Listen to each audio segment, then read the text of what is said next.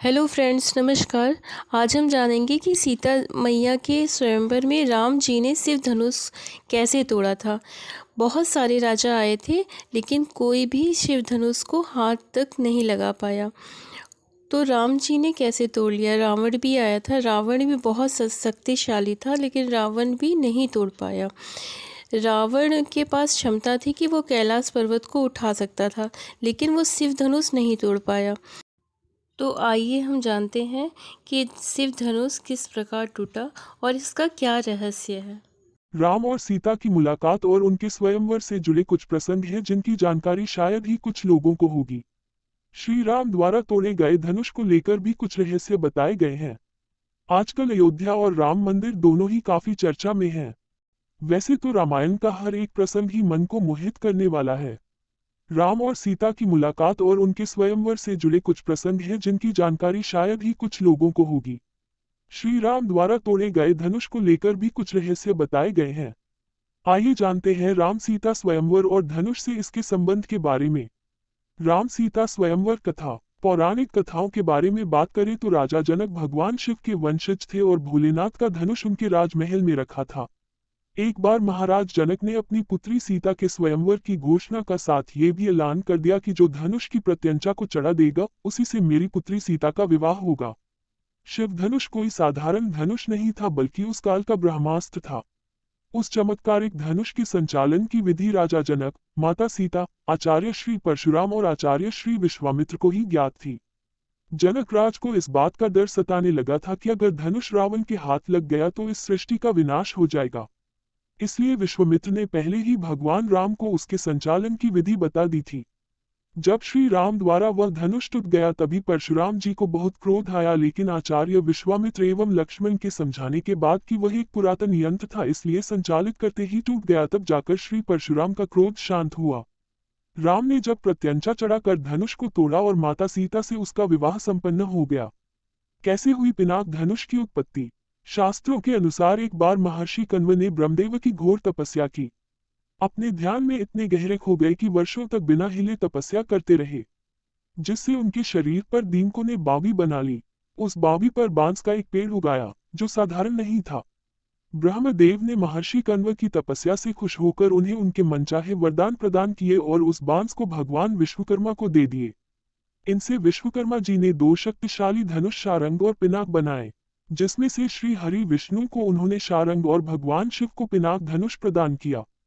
भगवान शिव ने इस धनुष को त्रिपुरासुर को मारने में उपयोग किया और देवों को सौंप दिया। जब देवों का समय खत्म हुआ तो देवों ने ये धनुष राजा जनक के पूर्वज देवरात को सौंपा गया। देवताओं ने इस धनुष को महाराजा जनक जी के पूर्वज देवरात को दे दिया।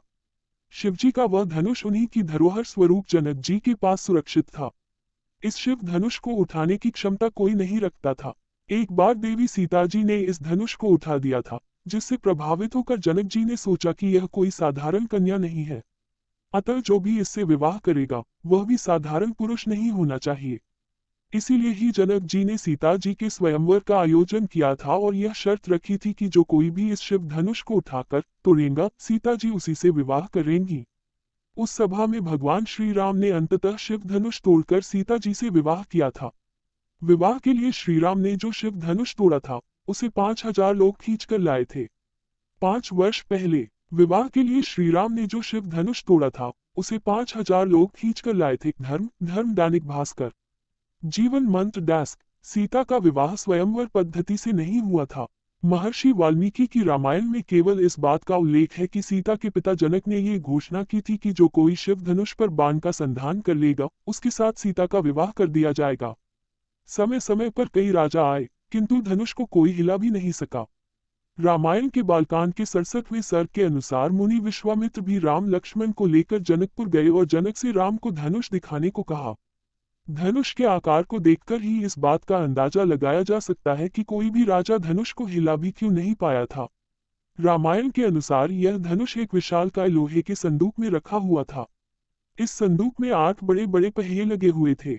उसे 5000 मनुष्य किसी तरह ठेलकर लाए थे। इस धनुष का नाम पिनाक था। श्री राम ने संदूक खोलकर धनुष को देखा और उस पर प्रत्यंचा चढ़ा दी। प्रत्यंचा चढ़ाकर श्री राम ने जैसे ही धनुष को कान तक खींचा, वैसे ही वह बीच में से टूट गया। विवाह के लिए श्रीराम ने जो शिव धनुष तोड़ा था उसे 5,000 लोग खींच कर लाए थे। वैसे ही वह बीच में से टूट गया, ले चढ़ावत खेंचत गाने। काहू न लखा देख सबू ठाणे, तेही क्षण राम मध्य धनु तोरा, भरे भुवन धुनि घोर कठोरा। रामचरित मानस 1/261 4। तुलसीदास जी कहते हैं कि राम ने धनुष कब उठाया, कब चढ़ाया और कब खींचा, तीनों काम इतनी फुर्ती से किए कि किसी को पता ही नहीं लगा।